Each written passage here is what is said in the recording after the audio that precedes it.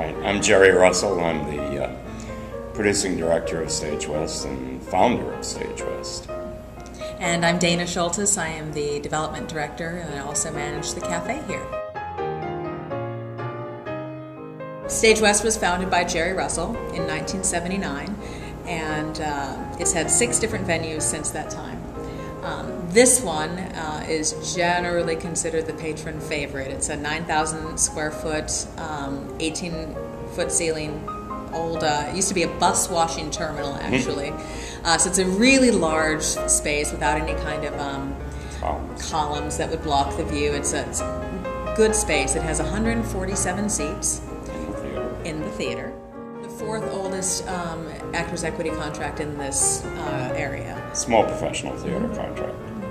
And we do 6 productions a year. Most of those run 5 weeks.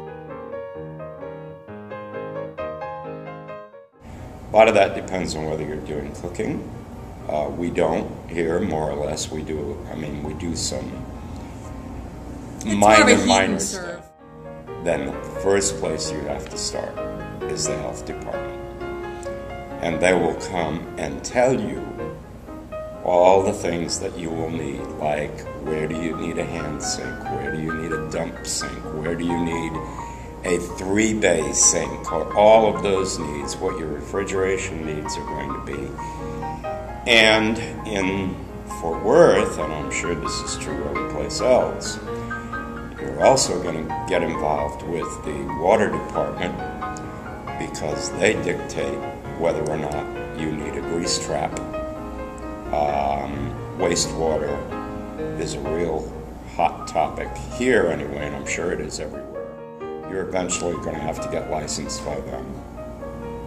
And whatever their needs are is going to dictate what you have to do as far as the city and your occupancy permit and all of that. So you have to start there. Everyone who works here, whether they're a server or a bartender, anyone who's going to touch food has to have a food handler's license. And that's good for 2 years. And generally, you'll find in most restaurants that the company will pay for the employee to go in and get licensed. It's not much to do. It's $16 here in Fort Worth. You just have to start with whatever the licensing department is for your state or city as far as the service of alcoholic beverages. No matter what, I suspect that it's all like here. One thing is that beer and wine is one set of requirements and a much lower fee than full alcoholic beverage service. So if we don't serve mixed drinks here. We don't serve any hard liquor. We have a beer and wine license, which allows you some flexibility, but you can't serve anything over 17% alcohol. So the fee for that kind of license is considerably less than the fee you pay for a full alcoholic beverage license. You cannot purchase your own wine or alcohol to bring into the bar. You have to go, no matter what, through a licensed distributor. And that's how we get a lot of our wine ideas.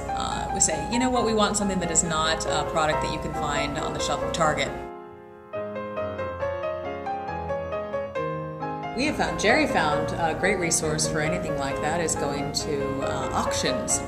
Because for every restaurant that starts up, there are 2 that have just closed. People are trying to get rid of their stuff. And so that is the place to go, because you can't just use things from home. You have to use commercial equipment, which shuts off in case of any kind of a fire. It has just more power. It's commercially rated. And also, you know, that you look around, you can see some of it in your camera view right now, but all the tables and chairs that are in here, with the exception of the 6-footers, which we bought new, everything was bought as used restaurant equipment. Yeah. And when we found these chairs, that was a treasure, because this was a little restaurant that went out of business, and we bought 100 chairs.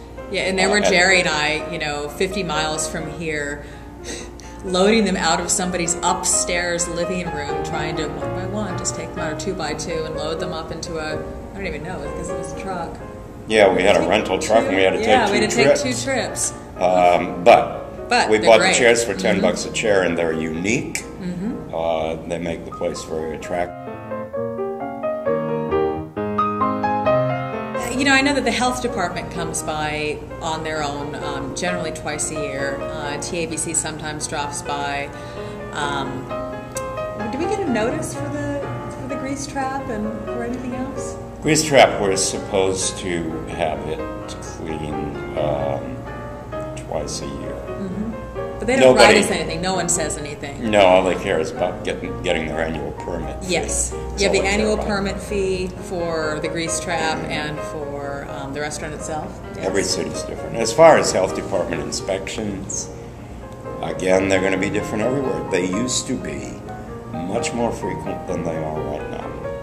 And that's because of budget cuts. That's one of the things that got cut. The health department has a lighter staff, so they don't do as many inspections. Not good for the patrons, but that's the way it is, and every place is going to be different. I think, and Dana will agree, that as far as maintaining cleanliness and following the rules of commercial food prep and keeping, storing, the way it's labeled, cleanliness in the kitchen, in the dining room itself. I mean, all of those things, they're a daily thing. We have to do it. You just do it.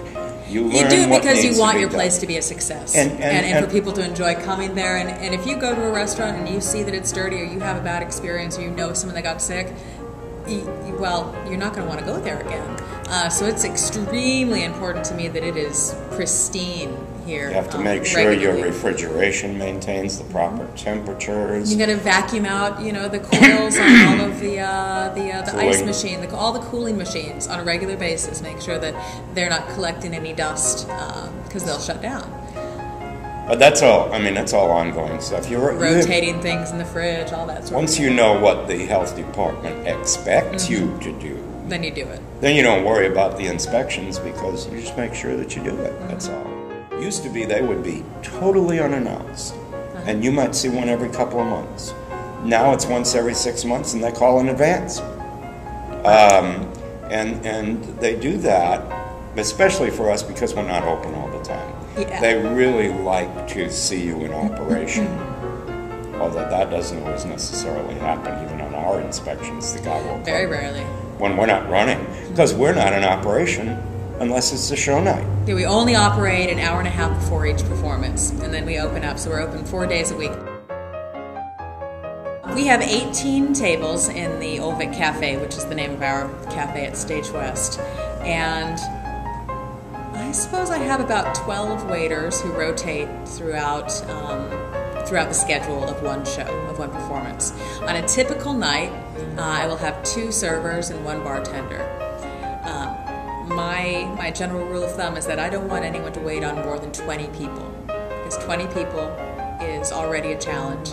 If you get over that, then you're going to get in the weeds. It's going to be hard to really give good customer service. And you only have 90 minutes to serve. You only have 90 minutes, and that's if they came at 90 minutes. They might get here. They may arrive, 45 minutes till curtain, and they're still going to have to take you're going to place their order, put it into the queue in the kitchen, get their food out, give them time to eat, take a dessert order. So that's why we really recommend reservations are very, very important. Sure, we will happily accommodate anyone that walks in. However, if you come in and we already have 18 tables full of people, and then I will always do my best to accommodate someone, because I don't want someone to walk into the theater to see a 2-hour performance of a classical piece that I really care a lot about, and send them in there starving, because they're not going to be focused on the theater. They're going to be focused on the fact that they haven't eaten yet. So if I can provide someone a good meal, even if I'm serving them on a little TV tray in the hallway, then I will do whatever I can to make that happen. And we do have 4 of those. There's 4 little spots there. So there have been many occasions where this whole front of house is full, and then people are eating all throughout the hallway, and some on the bar.